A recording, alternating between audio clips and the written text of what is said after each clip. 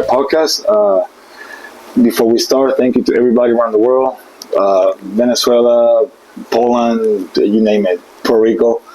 And if you don't like to subscribe, connect somewhere around there, please appreciate it. That will help the channel to keep going moving forward. I'm here with somebody who's, I guess, an entrepreneur. The main title? I guess you could pilot, say so, right? Yeah, pilot, entrepreneur, you name it. Here in Rotor School, which is a helicopter school to learn how to fly, basically. That's what we love to do. That's what we love to do, yeah. And sir, talk about who are you, your name, what do you do, and then we go from there. I've been known by many names, right?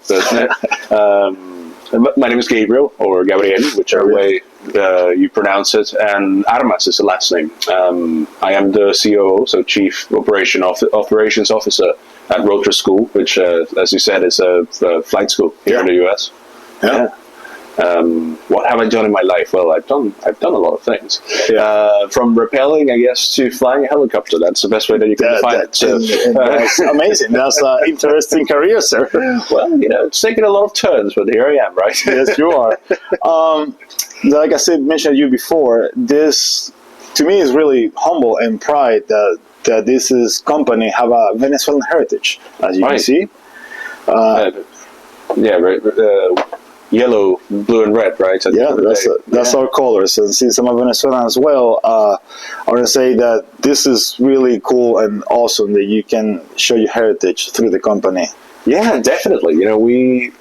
We have a history, and we need to be proud about it. At the end of the day, all we know, our experience in aviation has been mostly in Venezuela, and we need to be very thankful for all of the things that the country did for us in its time. And now that we're out from there, to represent it in the best way that we can. Yeah, I agree. And yet, adapting to the circumstances and challenges that we have here. It's a different place to be, for sure. It is a different place to be. I get it. And another thing that I was coming to you, yes, we're both Venezuelans. We both speak English, but you have a British accent. What the fuck is that? Right. That's what people wonder all the time. In fact, a lot of people would say that it's Irish rather than English.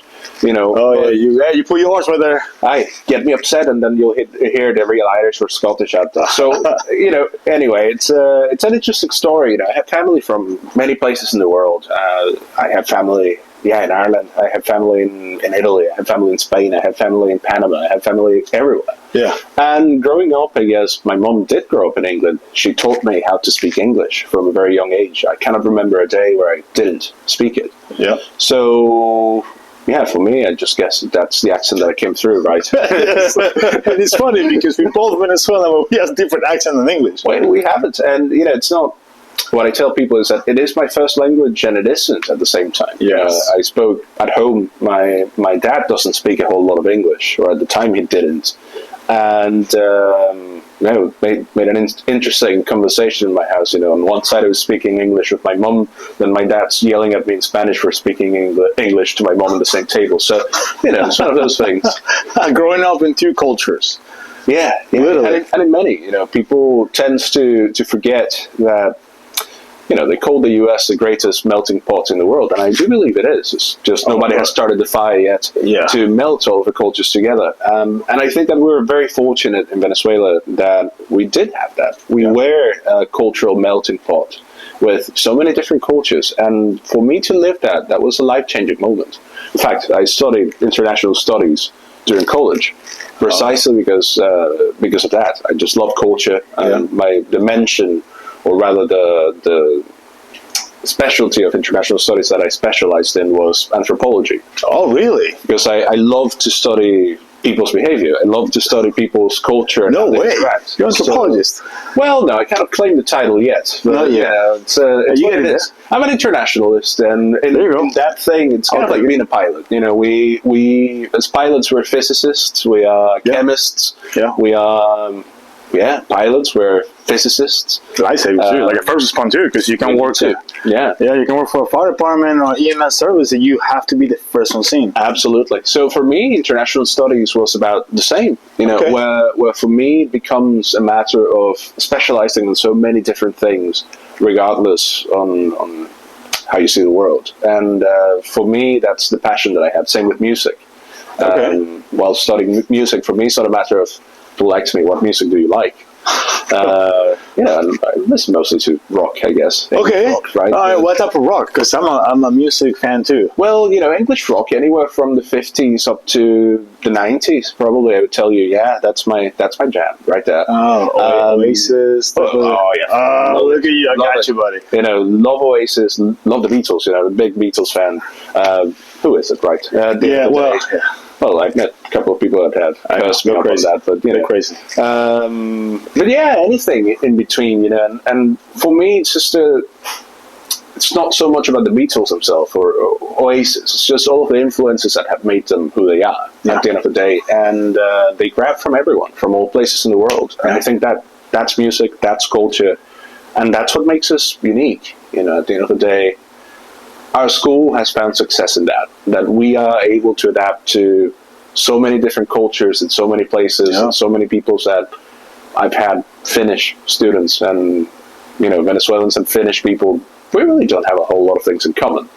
Yet I find a way to relate to them, and, we create this very symbiotic relationship where they're happy with the product, they're happy with the people, and they're learning something. So that's just key. That's just... That is awesome. As you know now that I have the company Fire Group, I go outside the U.S. and teach whatever fire skills.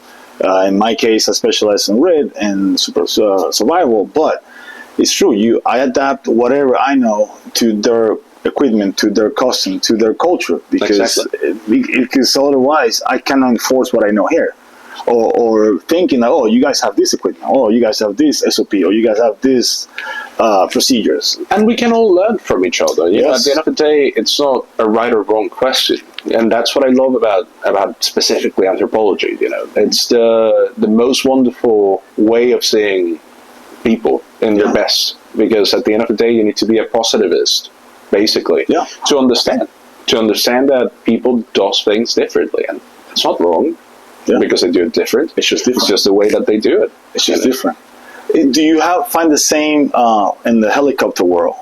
People do so different, or you get like a standardized, or how do you see that different culture? Oh, you're laughing. You want me to give you the FAA's answer, or do you want me to give you the real answer? Give me the legal answer first for recording purposes. Right. When you guys see it, and then you give me the answer that you think, in your opinion. Look, a helicopter is like an instrument, all right? In the sense that, or let me make the metaphor even better. There are many ways of wearing a hat. You can wear your same hat upside down, backwards, whichever way you would like, right? And same with a helicopter. You can operate it in so many ways. What is the safest way? I don't know. I've been all of my life in this business. I've been flying for 13 years now. Oh, wow. And in the business per se since I was born, since 23 years ago. So when you think about it, everybody has a different way of flying. I can stand in the ramp and see Jay flying, for example, our instructor. And he has a way of flying. And I would recognize that he's flying over the student that he's teaching. And I'm just looking at them, basing it on observations, And that, particularly, is very refreshing because it makes it fun. Okay. I fly away, Jay flies away. My students, or our students, fly a certain way. And they create. The FAA wants us to pretend that we need to standardize everything. And it's not that it is wrong. I think that there are things that we need to care about. Safety is paramount. Especially in such a delicate realm as we have, which is aviation, right? And that needs to be standardized. But everything else, it's just a matter of your creativity and how you use the tools that you have in hand. It's like your own signature, like your own little stamp on the flying. Like, I recognize the same way that when I do fire stuff or EMS stuff, it's a standardized way, but it's a way you can do it yourself. Or you can do it, or like the podcast, for example. They million podcasts, but it's a way that I put my own little spin on it. And that's a big difference, I see a lot of people who wants to I mean, my grandpa, he was the person who taught me how to fly, Joel. And he always said that some people are born to fly, some people aren't. The people who aren't born to fly, they need to build up the skill. Yeah. All right? And such is life. We all need to build up skills that we don't have. It doesn't mean that you're good for nothing if you don't know how to fly since you got up in the helicopter. Yeah. But it's the build-up on how you manage to overcome that makes you a great pilot. At the end of the day, we have a lot of people with a lot of skill. People that from, maybe you go in the helicopter right now and you start flying it. And you fly it like you've done it all of your life. Yeah. But you lack what the person who's been building up, the experience at the time, not only the skill, but the mental clockwork that you need to have to balance all the things when it comes down to the flight. Yeah. Flying is not only lifting up the helicopter. Anyone can do that. Yes, I agree. You can do this with a helicopter. Yeah. How you use it. What is your focus during the flight? What type of flight are you doing? I'm not going to fly the same way if I'm doing a photographic flight than if I'm doing a rescue flight. That's true. Because that's true. Let's say you have this microphone here, right? So it would be different if I have a pilot. Let's say I'm sitting on the right side of this helicopter and somebody's taking pictures from the left side. I'm going to try to face it so you, as the observer, the person who's taking the pictures, has the best view of whatever you want to photograph. And so you have the best experience. Whereas if I'm doing a rescue, let's pretend like this is a valley and I'm doing a rescue here, of course, I need to have the priority because I'm the one doing the maneuver. Yeah. But if you need to offload anything, I need to make it comfortable for you to go down. Oh. Right? So flying is an art. That's where I tell people that there's a difference between somebody who imitates and somebody who can be creative and do it. And same as with music, same with painting, same with racing. It's not a matter only of just driving. It's not a matter of just painting, of just playing something. It's just knowing what you're doing. How do you give it your own stamp of excellence? That's the thing that keeps me moving in this. Oh, that's a great analogy. I love it because it's so true. It's so true. I didn't even thought about it because I'm not in this world. So yeah, it's totally different from flying for a shooting or whatever than a rescue or military. So I guess a different type of flying helicopter and different helicopter than you guys fly. Oh yeah, way different. And that's the thing that it. Again, going back to the background, we operated at a heliport in Caracas, in Venezuela, that hosted more than 70 types of helicopters. Wow. All right.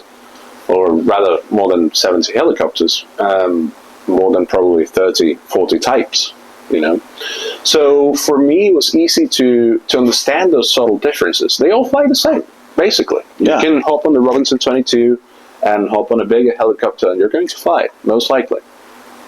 But how do you know, how can you use a helicopter? There's no bad helicopter. A lot of people says, "Oh, I wouldn't touch that, or I wouldn't fly this, or I wouldn't fly that." In reality, there is no bad helicopter. It just depends how you use it and what do you use it for. That's true. That is true. And in your school, Rotor School, you guys teach, I imagine, the basics, and then you go from there, or you specialize in a specific thing for helicopter ride? See, so back in the day,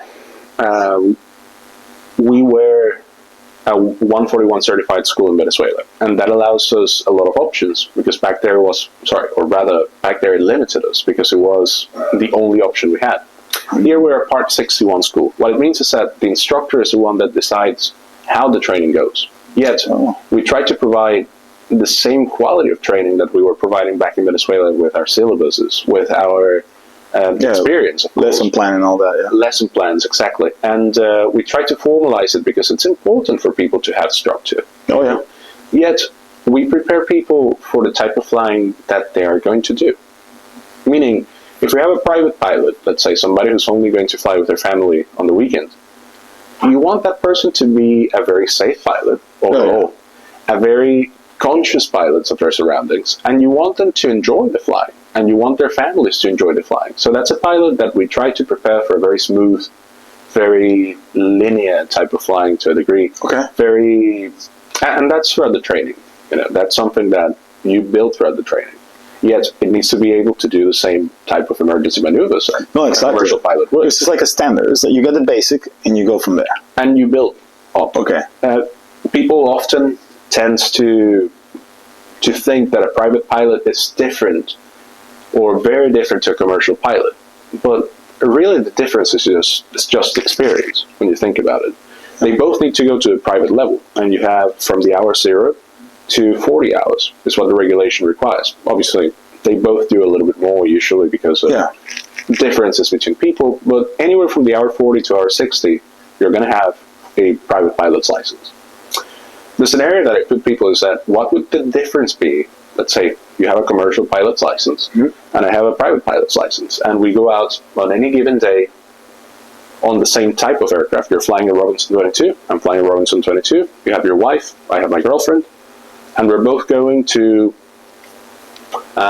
get something on the beach. We're going to go to the beach and we're going to enjoy a day there. What is the difference in that case? Yeah, right. Should be the same. There's nothing. It's exactly the same. We both have the same responsibilities, and we both need to have the same amount of training to respond to any kind of emergency that we might have. Yeah. So at the end of the day, what's the difference? Experience. You know, a commercial pilot is going to have a minimum of 150 hours total time, right? A private pilot's only going to have 40. But wow, that's a big difference. It's a big difference. But the bases are there. Yeah. In 40 hours, it's a lot of time in a helicopter, when you think about it. Or 60 hours is a lot of time in a helicopter. Time in the helicopter is more effective because you don't need to, like a plane, you don't need to taxi out.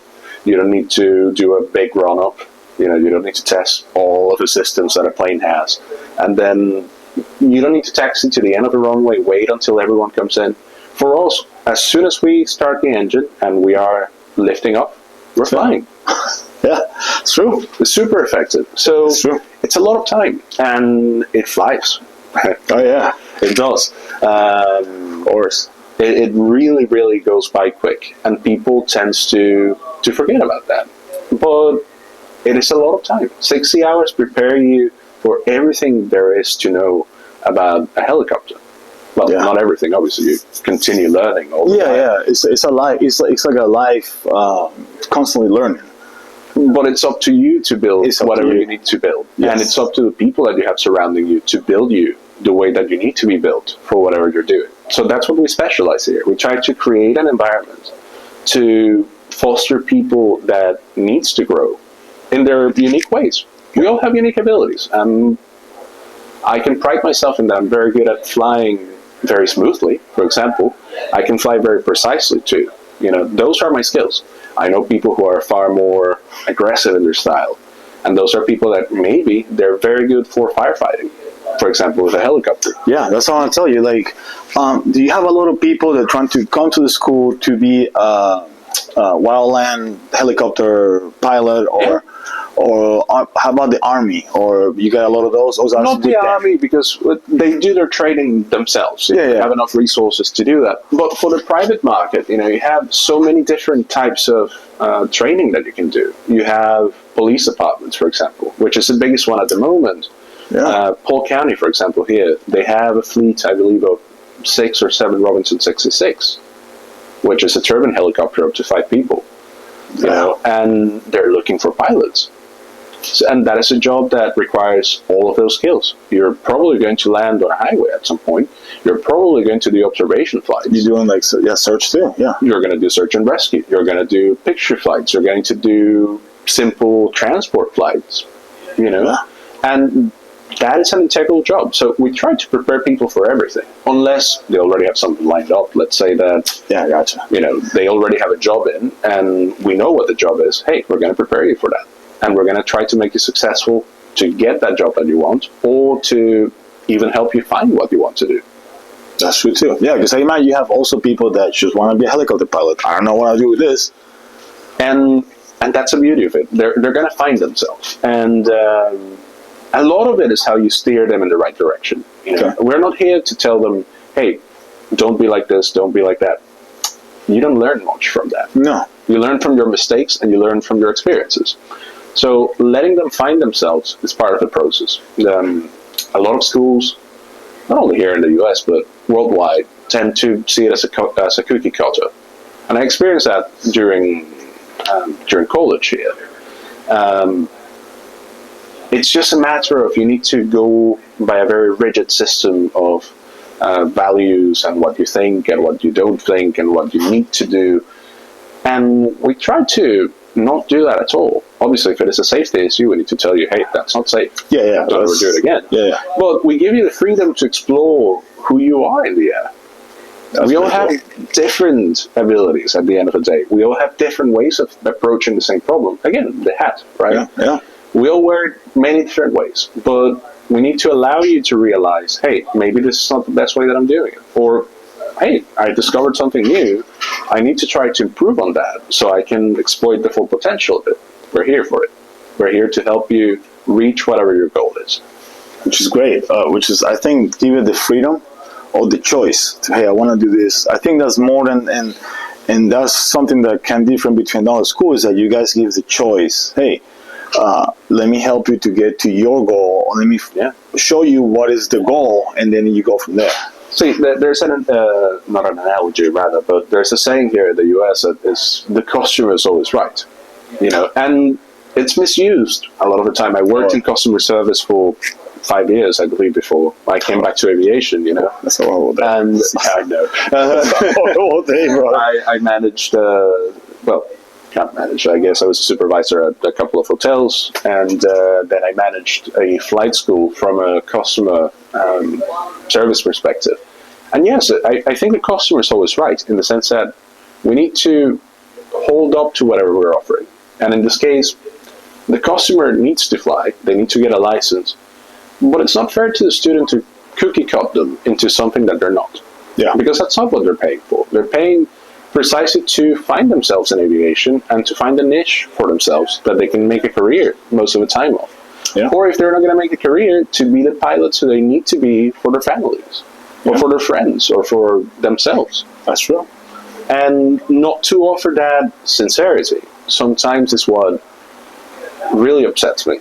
And the customer is always right in that sense. If their goal is to become a safe pilot, we're going to make a safe pilot. If your goal, regardless. Regardless, you have to save. Regardless, you want like a hobby, Exactly, but if it is your hobby, it's your hobby. We're going to make you safe within the hobby, obviously.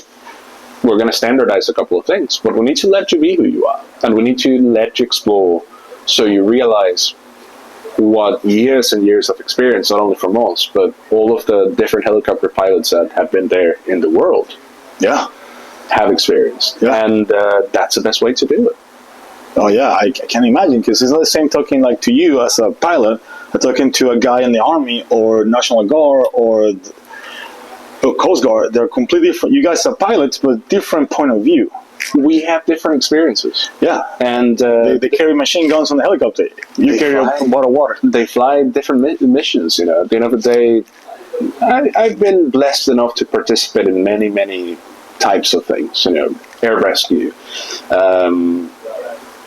VIP transport, photographic stuff. You get I've done a little bit of everything. Yeah. The thing is, every pilot's going to approach it differently. You cannot compare somebody who's flown in the police all the time to being a flight instructor all of their lives. Yeah. They're going to have different approaches to how they fly and how they do things. Yeah, no, I agree. And it's awesome that you guys can offer that options to the customers. And let's say I want to be a pilot, I got my license. What I need to do to keep my license up? To keep it in what sense? Update. I don't know if it's the same as the paramedic or firefighter. You have to take certain classes a year. So, kind of the same way. I mean, in the sense that we have certain requirements. The first one is your medical certificate. You need to have it. Depending on your age, it's going to last for commercial purposes 1 year or 6 months. Oh, wow. Right? Short. Relatively. At the end of the day, you can use it. For example, I have a first class medical certificate, and you have 3 classes. For me, I'm under 40. First class is going to last for a year, but then it reverts to third class, which gives me private pilot privileges. So I can still fly as a private pilot, but I cannot do it commercially. See? Okay. If you're over 40, then you have 6 months on the full privilege, and then you have 24 months as a private pilot. Okay. But then you have second class. You can do second class, and then it lasts for a year, even if you're over 40, and then it reverts to third class again. So that's one of the currencies that you need to have. But let's say it's about a year for somebody who's starting their career. So you have it for a year. And then every 24 calendar months, you need to stay current. So you need to do a biannual flight review with a flight instructor. You can come here at the school, for example. So I can come here, hey, I need to be checked out for my Correct. And it's minimum 1 hour of ground school and minimum 1 hour flight. And on those, you need to demonstrate that you're still proficient and that you're still current. And see, that's something that people always confuses, proficiency versus currency, right? Yes. What's the difference? Well, I can be current. Like maybe I took my check ride today and I didn't fly for 2 years. I'm still current. But you're not proficient. But I'm not proficient at all. So that's always good. You always need to fly with an instructor. At some point you need to come back and say, hey, let's check, where am I at? What are the bad habits that I picked up here and there flying by myself? I can imagine that. And that keeps you current. And then you have, depending on what type of flying you do, to carry passengers with you. Even as a private pilot, let's say me, we're friends, we're going up to fly. Then what's going to happen is that you are going to, I can't carry you if I haven't flown in the 3 preceding months to the flight. If I haven't done 3 takeoffs and landings from an airport, from the traffic pattern of an airport, I can't carry you because I'm not current. But to correct that, I just need to go by myself, do the 3 and do it. The 3 patterns: land, takeoff, land, takeoff, land, takeoff, and then you can hop in the helicopter and we can go anywhere. Nice. Okay, that makes sense. Jesus, that's a lot. See, and that's something that they're going to ask you in the check, right? Don't think that I only know it because I work at a flight school. No, that's something that you need to know part yourself. of the test. Yeah. Okay, yeah. And how long is you guys' school? How long, if it starts from today, how long will it take me to have my license? Besides the 40 hours, obviously. Commercial or private?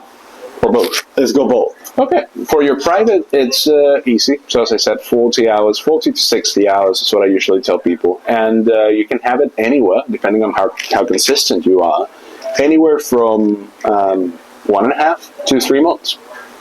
Okay. It's really that easy because if you're flying every day, if you're flying 1 hour every day, 5 days a week, you're doing 5 hours times 2 months. Yeah, 2 months with a check ride included. If you're consistent enough. If not, it will dilute, but we try to make it from that 1.5 to 3 months. Okay. Depending on what's your availability. So everybody have like their own path, kind of. Yeah.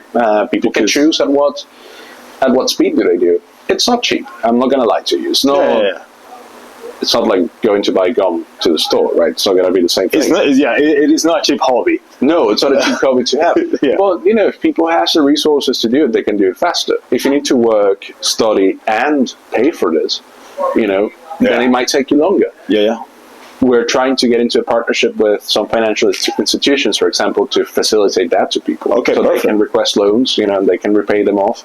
The company that we're going to start working with has loans that are not repayable until 2 years after they graduate. Okay, that makes sense because I imagine that it's not like an abundance of open market for pilots, but I mean at the moment we do. But it can always change. And at the end of the day, they want you to be successful because otherwise. Commercial break, sponsored by Rotor School. Hey.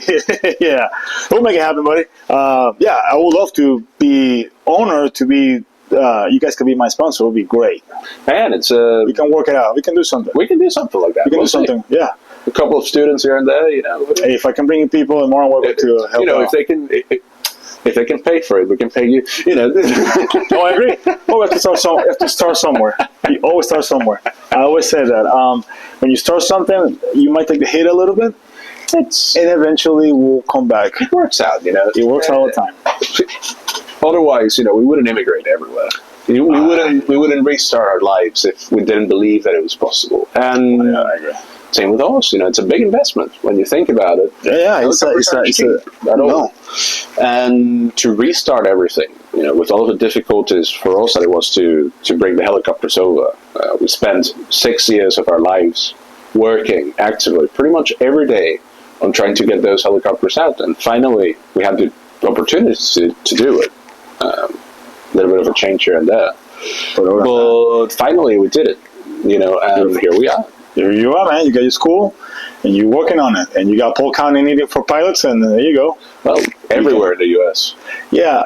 How about that aspect? It's a need for pilots, right? I imagine it's a big need for pilots, for helicopter pilots. Huge. I mean, how far behind are we in the? I mean, right now the hiring process, I mean, going back more or less to what we were talking about, with the duration of the courses, when you think about a commercial pilot's license, that can take you anywhere from 4 months, I would say, to 8 months or 10 months.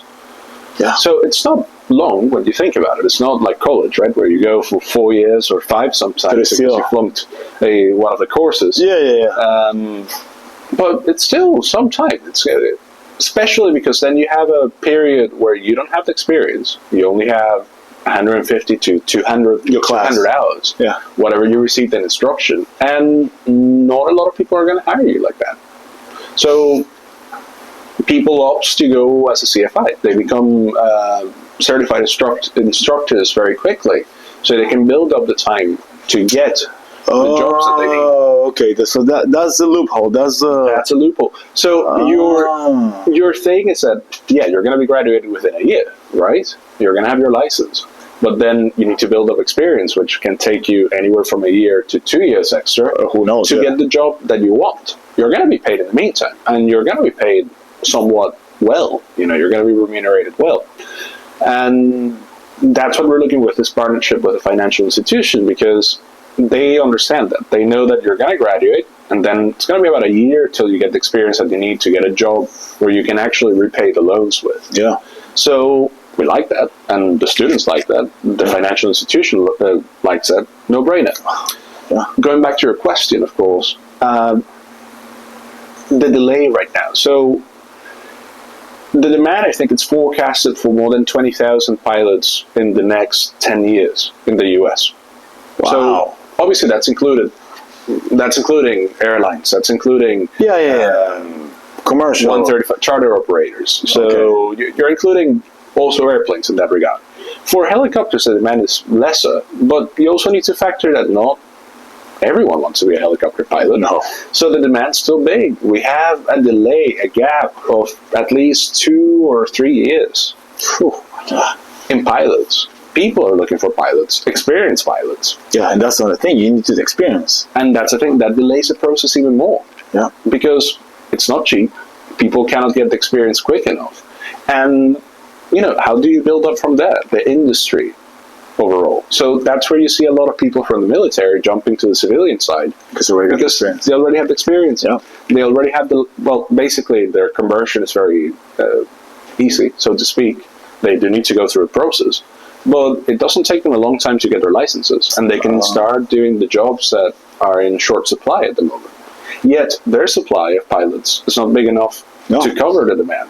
No. So let's say I'm a Ghost Guard or Army helicopter pilot, and I'm done with my 4 years. That's the minimum, and I'm out. I want to become a commercial helicopter pilot. I can come here, get my whatever needs to be done, like research or whatever conversion. I don't know. Yeah, you need to do a couple of paperwork things that you can do it with us or without us. Yeah. It's really material, but you can do the flights that you need to do here if you need some civilian experience. You can do your recurrency flights with us as well, and so on and so forth. It's a big, great world out there. It is. You guys have the ability to do a lot of things, from the beginner who doesn't know anything to the guy who just want to get, they make research, and then look, we've converted licenses, and we've had the privilege to help people from our country, from Venezuela, that lost their licenses in Venezuela, or are in the need of converting their licenses to something else in the world.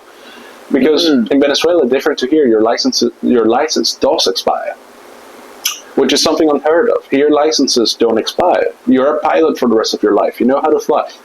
The difference is that you need to do the currency things that we were talking about, right? Yeah.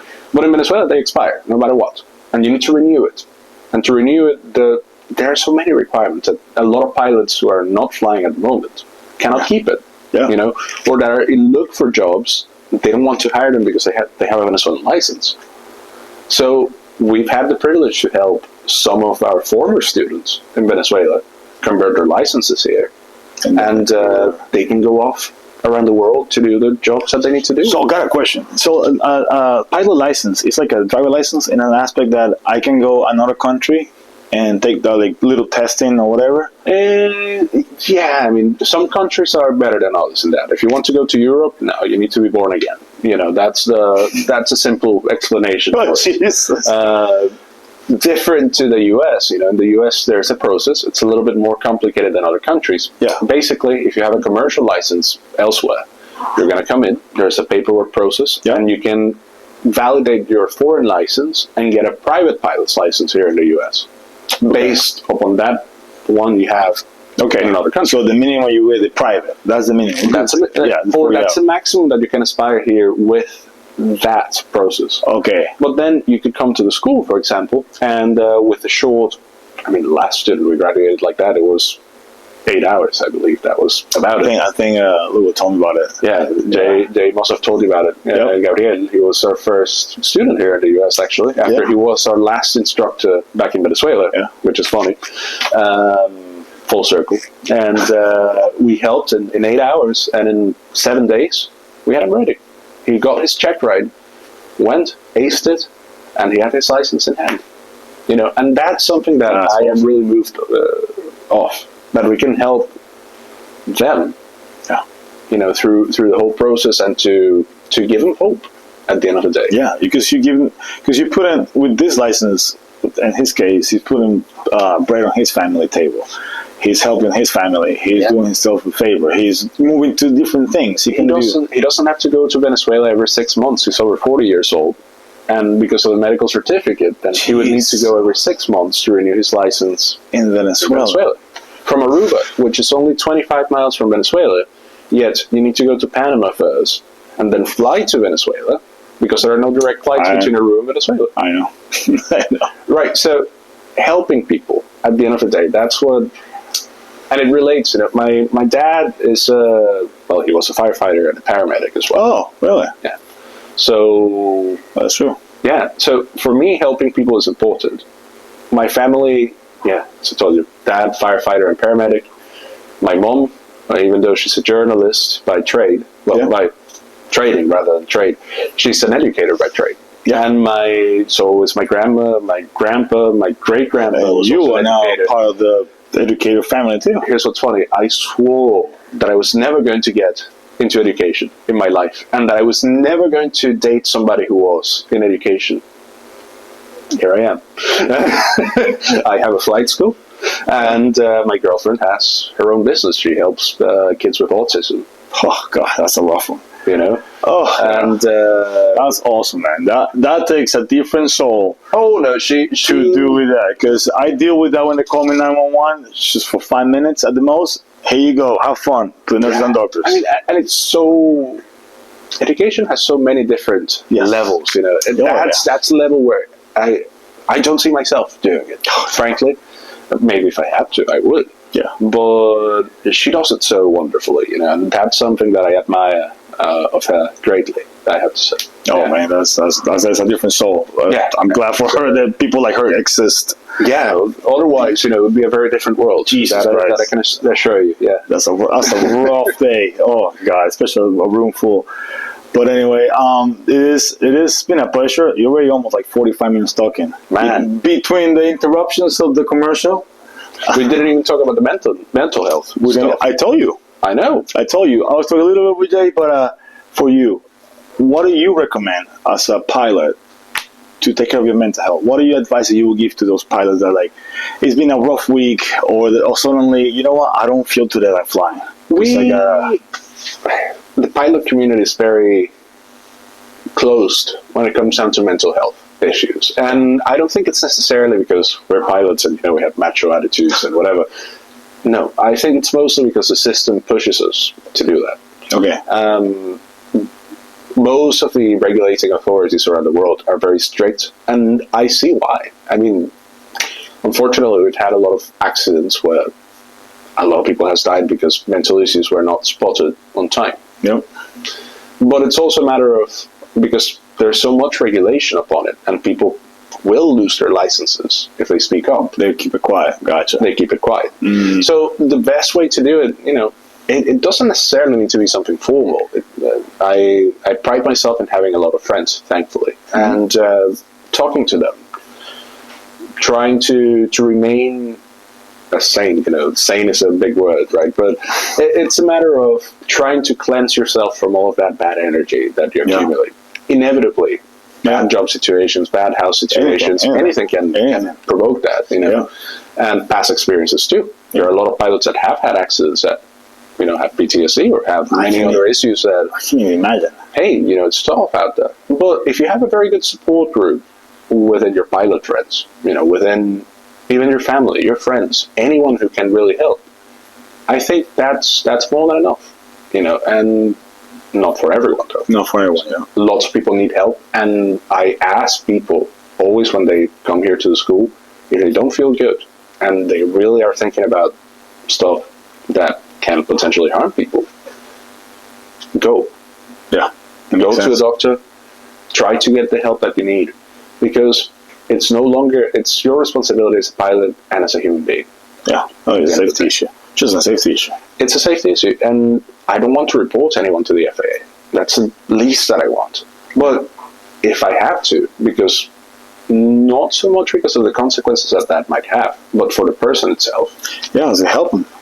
Yeah, I if agree. it is the aid that they need, I'm going to do it. And as a community, I think we need to be stronger in that sense, in the aviation community. We need to stand by together to try to help people get out of the situations that they are.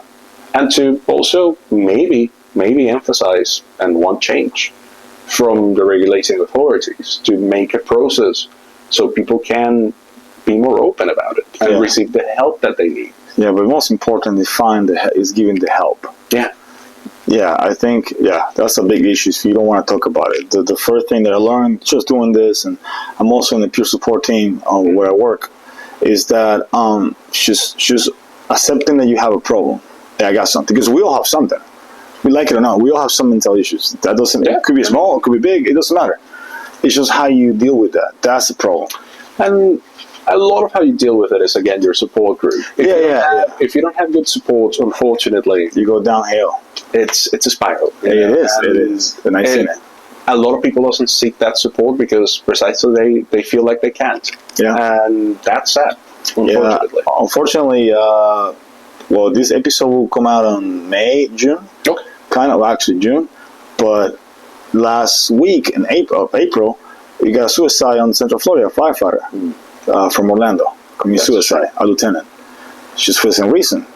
Nobody expect that from him, but it happens. And you never know your demons. And you never know. You never know when it's going to happen. You never know what's it going to be like. And I've been fortunate not to have any episodes like that.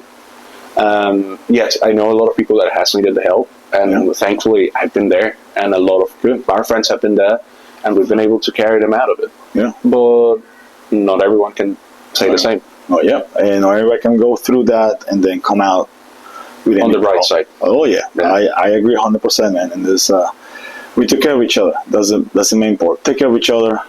Have a good support system. Have your friends, family, whoever. Just talk. Yeah. Just talk about it. That's it. You don't have to go crazy. Just talk about it with somebody. Just release it. Just releasing that, whatever's just going on, that will help you. It will go a mile from there. Ooh, yeah. Yes. And before we leave, who do you recommend to be in the podcast? Well, my mom, right? Yeah. I think she'll be here in a second. Anyway. For next episode. Right.